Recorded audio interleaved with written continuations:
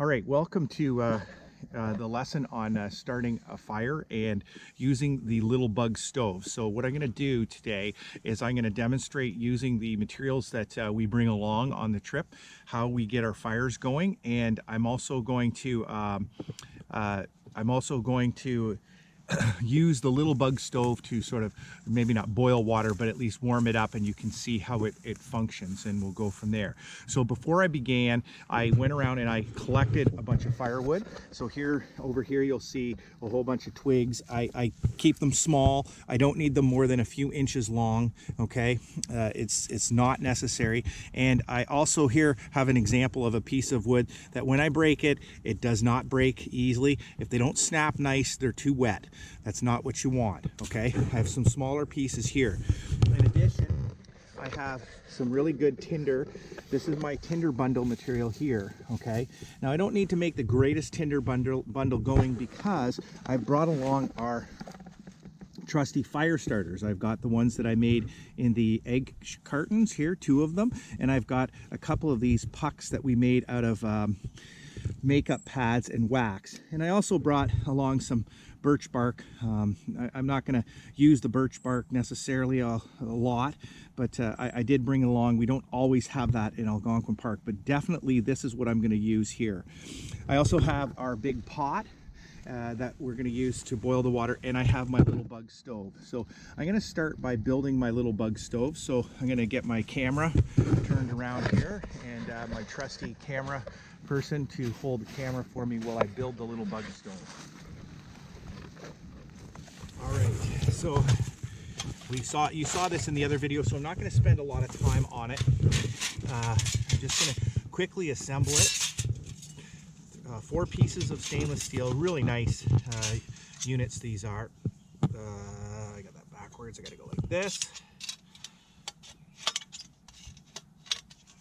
One side, and then I'm going to go like this one.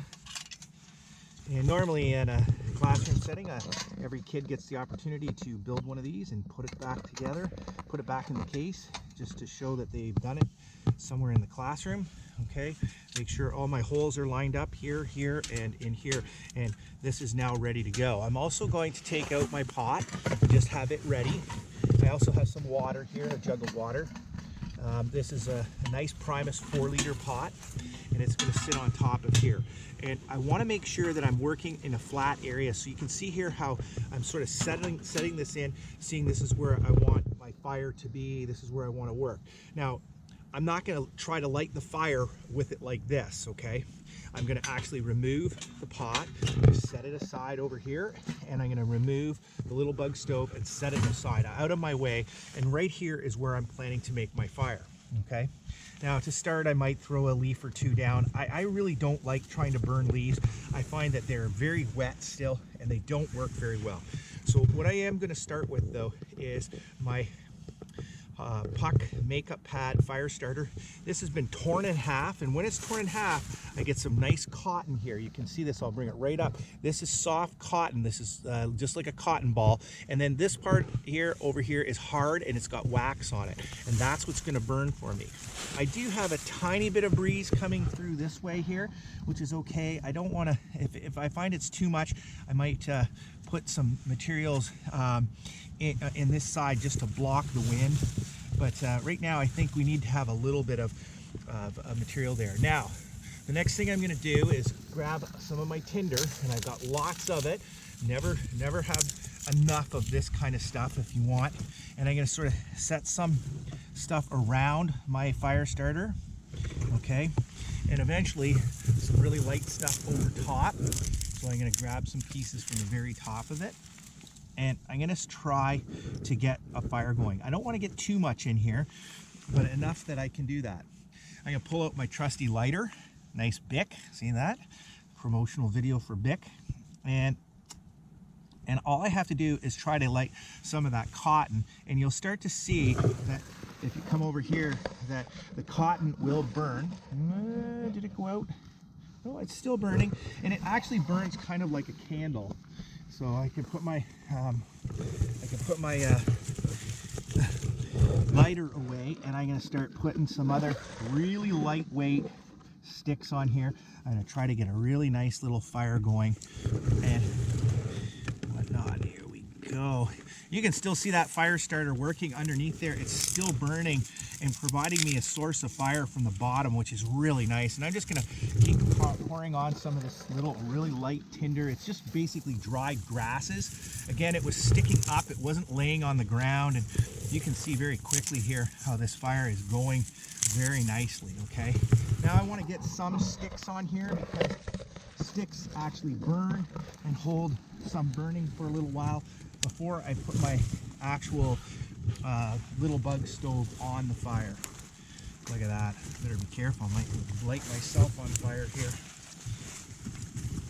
I thought the breeze was coming from underneath this side, and it looks like it's the other side. Now, if I grab my little bug stove, I'm going to put this over top of the fire, and I do have a set of holes here. If I feel it's really windy, I want to put those holes towards the breeze. If I feel it's or away from the breeze, if it's not windy, I want to try to get that breeze to flow in through there. Okay, so I'm gonna choose to the where I believe the breeze is coming from this direction. Okay, and now I've got my fire going, and I want to really start laying some sticks in here so that this doesn't go out. And it's nice to have sticks that are long enough that they kind of lean up into the two pieces that are folded this way. And I see that we're going out a little bit, but that's okay because I got lots of this really light stuff, and I can just throw that in there right inside. Doesn't matter. I'm not in a hurry to get my water onto the fire yet, but oh, look at that, it's starting up again. And now I want to get some more bigger stick. Look at that, I can put some sticks in of good size. An inch thick is what they recommend up to, and try not to have them sticking out the top because that's going to interfere with the pot. So this stick here, it's too long, so I gotta bust it if I can. If I can't, I've got it to break. If I can't, then it's gonna have to, and again, it's going out a little bit, so I'm gonna put some more lighter weight stuff in.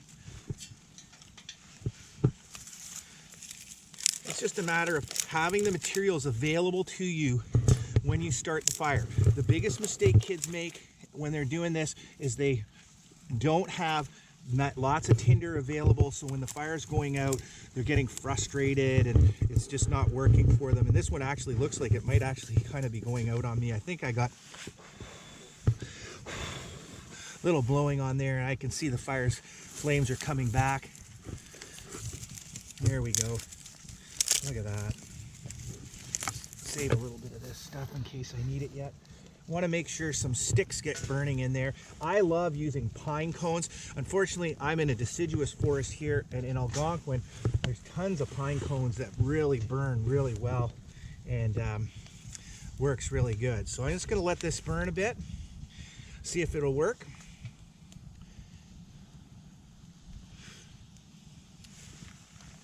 Might still need to put a little bit more of this tinder in. Keep it going. The tinder really helps to get the bigger pieces burning. And at some point, I'm going to feel that the fire is not going to go out easily, and it's doing really well. And I am going to grab my pot, and I'm going to show you how I use this pot. It's pretty cool. But if you look here at the lid, this piece here folds down. We want to fold it up, and I can use the leather strap on it to lift the lid on and off. And I like leaving this handle also locked in. It's locked in here, so like if I have to actually pull it to get it out, and holding it in there is really good because if I want to pour water, I can pour water with it like this, which is really handy. Okay. And I'm going to set this on here, and I'm going to remove the lid. By the way, the lids are really good. You know what they're really good for? If you're trying to get some air into a fire, you can use the lid to wave at the fire, and it really works really well for that while you're trying to get a fire started. Now I've got the empty pot on top, and I'm going to add some water. I have a nice jug here. Ooh, look at that. It's so hot that the water was already, pot bottom was already heating up that it sizzled. So let's see if we can get this water to boil, or at least come close to boiling here. All I'm going to do is add some fuel. And how do I add fuel? Well, I just keep doing it the same way it was before, but now the pot's in place. I got to be a little more careful. I just tuck little bits and pieces of wood in all the way around. You have to be careful that you don't smother the fire with too much wood and get the flames going so high the whole thing just goes crazy. But you can go all 4 sides a piece, wait a few minutes. It's like when you're in charge of this, your job is just to pay attention, watch it. Now, I'm gonna put the lid on because I don't want to get a lot of dirt and ash into my water. It will happen. And I've even got little bits and pieces of stuff lying around. I like to sometimes clean that up. I don't want to extend the fire beyond an area that I need it. This is more important when camping in Algonquin than maybe here where it's a little more damp. But I'm just going to clean up my fire pit area. And if you're worried about burning your fingers, you always have a pair of gloves handy that you can use to kind of work with.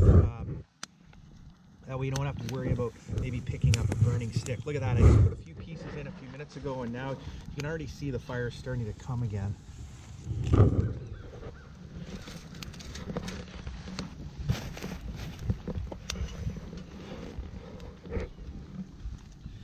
And anytime I want to, even with my hands off, I can use the leather strap here to lift the lid off to see how we're doing from a heat perspective. It doesn't look like it's boiling yet, but I bet you it's getting pretty close. In fact, you can see the condensation on the pot, the bottom part of the pot here, and it shows where the water level is in the pot. I didn't put a lot of water in here, but it won't take long to boil this. And this is a fuel that would you know, be expensive to carry and bring along. Isobutane would be a lot of fuel that would be used to boil this kind of water, and or even white gas if you're using white gas. This is all fuel that we're just collecting in the bush right here. We don't have to carry it with us, and that's the real benefit of wood burning stoves. They've become very, very popular. There's dozens of different designs and styles out. I really do like the Little Bug stove, mostly for boiling water. And so on our trips, we kind of use the Little Bug stove anytime we want hot water, whether it's for oatmeal, for hot chocolate, for coffee, for dehydrated meals. We use the Little Bug stove to get our hot water boiled, our water boiled.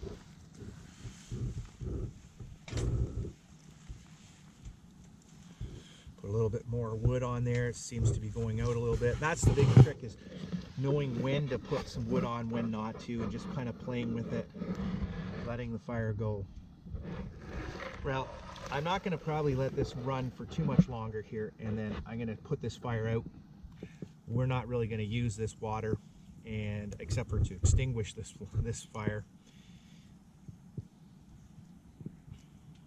It looks like it's kind of dying, but it will come back again, the fire. I'm confident. There's lots of hot coals down there, and it will start burning again if I stick some more sticks in. But I am going to now extinguish the fire. I'm going to show you how I do that. So the first thing I'll do is I'll remove the pot. And the neat thing is, this side of the pot is hot, but this handle stays pretty cold. I can almost always grab it with my hand. And if it's really hot, you can tap it and see, you can always use a stick like this to lift it off. So this is a really handy system that's in place. In addition to that, even the lid has a little drain on here. So if you're cooking pasta in here and you want to drain the pasta, you can do that through the drain. So I'm going to remove the pot and just set it aside, and then I'm going to show you how I put the fire out. Okay, at this point I want to take this fire and put it out, and I want to do that. I'm going to tip the Little Bug stove over, okay, and in doing so I expose the fire, and I'm going to probably then take just a stick and just kind of move the flames around, try to make sure that nothing is, sorry, smoked out. And I've taken my Little Bug stove, and I can really put it in a safe place, away, out of way. I don't really have a spot for it here, but normally would have a good place to put it, and let this fire kind of work itself out. It will go out if I spread out the ashes and let it go. And then, once I'm confident it's pretty good, I'm going to use the water in my pot here just to extinguish the rest of this. And you can see here that I am putting this out really good. any hot coals, embers, I'm making sure they're out. And we would do something similar. Usually, you know, at camp, this burns right down to just ashes and there's not much left in there, and we're all good to go. And I have more water along as well if I want. All right, one last thing I'm going to do, and that is just show you one of our other fire starters that we made, and just show you how well it burns and stuff. It's a really good system too. So I made these, I showed you making them. So I'm going to light this one up and see how it does. So see if I can get that one going quickly here. Look. Oh, it didn't quite catch. I just give it a little bit of windshield here, and that little piece of birch bark that I put in there seemed to work as a good wick. And now what's going to happen is the wax and the dryer lint and all the wood shavings